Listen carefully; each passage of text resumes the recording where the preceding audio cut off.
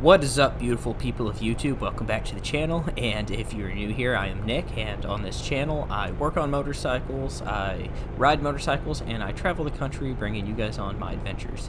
So if you're new here, please go ahead and bang that subscribe button. If you've been watching for a while and you haven't subscribed yet, please, it helps us immensely with the YouTube algorithm. So we're getting really close to 1,000 subs, guys. So I'm going to do a giveaway at 1,000 subs. Not quite sure what that is yet, but you got to be subscribed to enter. So again, go ahead, bang that subscribe button. In the description box below, there are links to all of our social media, as well as our company website, Headstalls.com. If you have a horse, a dog, we make dog collars, everything for horses. Check it out. Throw us some love. There's also a link to my personal PayPal if you want to help support this. So let's dive into today's video. So I shot some video while riding today, but the audio was just unusable. So I went to Plan B, and this is some footage from our trip to Yellowstone National Park last year. And I guess what I'm going to talk about is 9/11. Today's the 20th anniversary. By the time you guys watch this, it is the day after. But what was my 9/11 experience?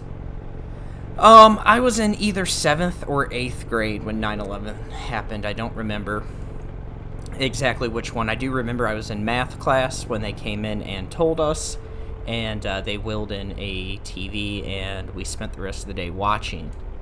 I remember that at first we were all kind of confused as to what happened. Like, we knew that we had been attacked, but none of us knew anything about terrorists.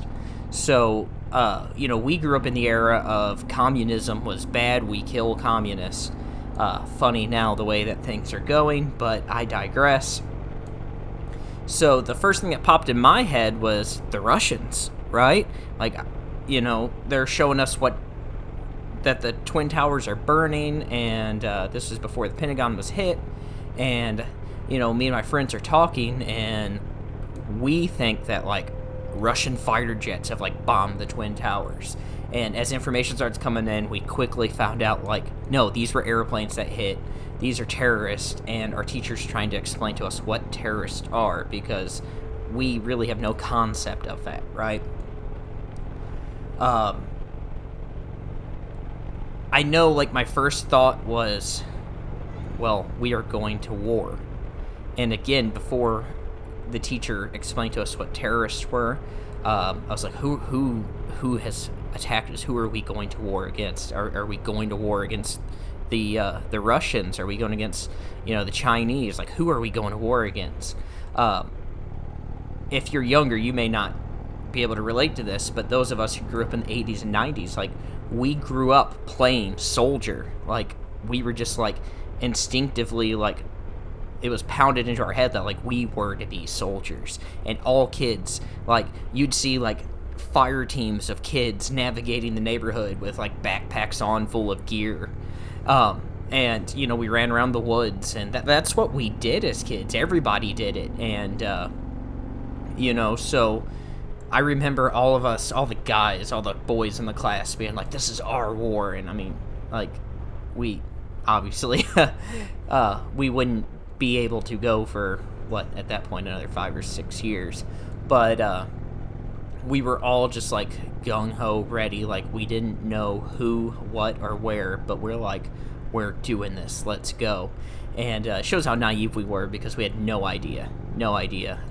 Ultimately, like, a lot of us did go on a serve. I did not myself, but a lot of my friends did, and I'm thankful for each and every one of them. And, like, I know a lot of the younger people, they don't understand, like, Afghanistan and, like, why we were there, but, like, to our generation, like, we wanted to be there. Like, this was personal for us. Like, most people that I know, Iraq were like, whatever, I don't give two craps about Iraq, but, like, Afghanistan was super personal. So as the day went on, the situation evolved, right? The Pentagon was hit next, and, like, we are all like, oh my god, what's the next target? Like, is St. Louis gonna get hit? Like, there's all these reports coming in of, like, additional jets that may be hijacked, and, there's a lot of misinformation that gets spread, during the panic, and then Flight 93, the crew on that, as we now know, fought back, and that went down in a field in Pennsylvania. They went down very heroically, but that day nobody knew. Like, everyone was on like high alert.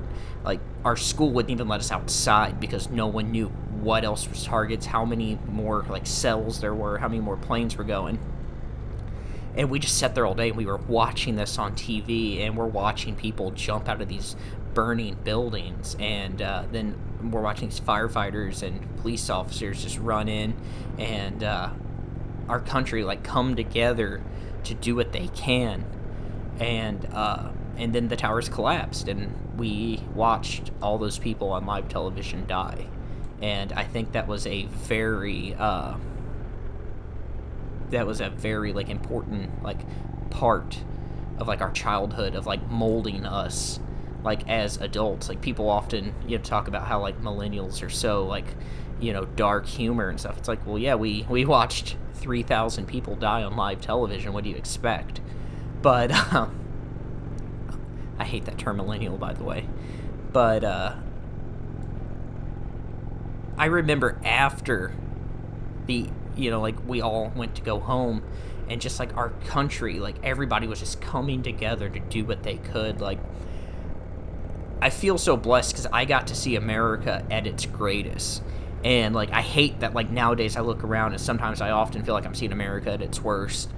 But like today we were out on the bike, and there were just American flags everywhere, and everybody was so patriotic, and it just reminded me, like, after 9/11, like how much everybody in this country like just came together and loved this country, and everybody was doing what they could to help each other, help troops who were going overseas. Like, it was just all hands on deck. My best friend growing up, his dad was a captain on the fire department, and like his dad and a bunch of their friends, like, they rented a van, they were loading tools in this van, and they're like, we're gonna dig these guys out. And like, like, they don't know any of these guys, right? New York's like, what, 1,500 miles from here, but like, they just went, they drove nonstop to New York City, and they spent a week up there, like, helping, trying to dig these fellow firefighters out and these citizens out.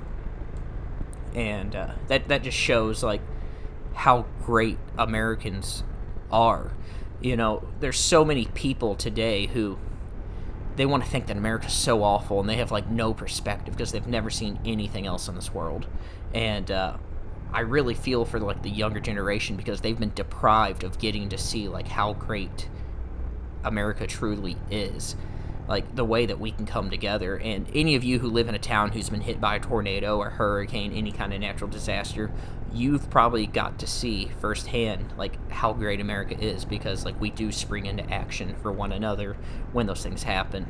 So while we were on our honeymoon, we went to a museum that had a 9/11 display, and I didn't realize like how much like emotion that I still hold to this day about like that event. I know when it happened that I didn't feel that it had affected me very much, but I also know at that time I was dealing with a lot of mental trauma at that time. The year prior, I was diagnosed with post-traumatic stress, and at that time nobody knew what that meant. So I remember they just gave me like 800 milligram ibuprofens, and I was like, well, whatever, this doesn't do anything for me. And perhaps one day I will go in and do a vlog, sharing some of like my own personal struggles with you guys. That's if you guys are like really interested in it. If you're not, I get it. I don't need a pity party. That's never what I'm asking for. But at that time, like, I had no ability to like process emotions and stuff, and everything manifested itself as like anger and rage. So now here I am 20 years later, and like I've learned how to work through this stuff, and I've become better at my emotions. I was surprised, like me and my wife were standing in this room, and we're looking at this 9/11 exhibit, and like I just like had to leave this room because like I was just like overcome with emotion, and like I wanted to cry, like, and that was the first time I've ever felt that. And yeah, it was super in a sense, it was super relieving. Like, I think we probably all, to some extent, like, feel that way. Like, we should. It was a tragedy. It was a massive loss for this country. Well, guys, I guess that's going to effectively wrap this up. I know it's... I wasn't there on 9/11. I wasn't at any of the places directly affected, but this is how 9/11 affected me. This is what I observed on 9/11. So, if any of you want to share your 9/11 experiences in the comments below, by all means, have at it. Like, let's have that Discord going. I'm real interested in other people's experiences and how we all derive different experiences from the same event. So, if you like this video, please give me a big thumbs up, comment below, subscribe if you're not already subscribed. Again, I love each and every one of you, and I will see you next week. I am out.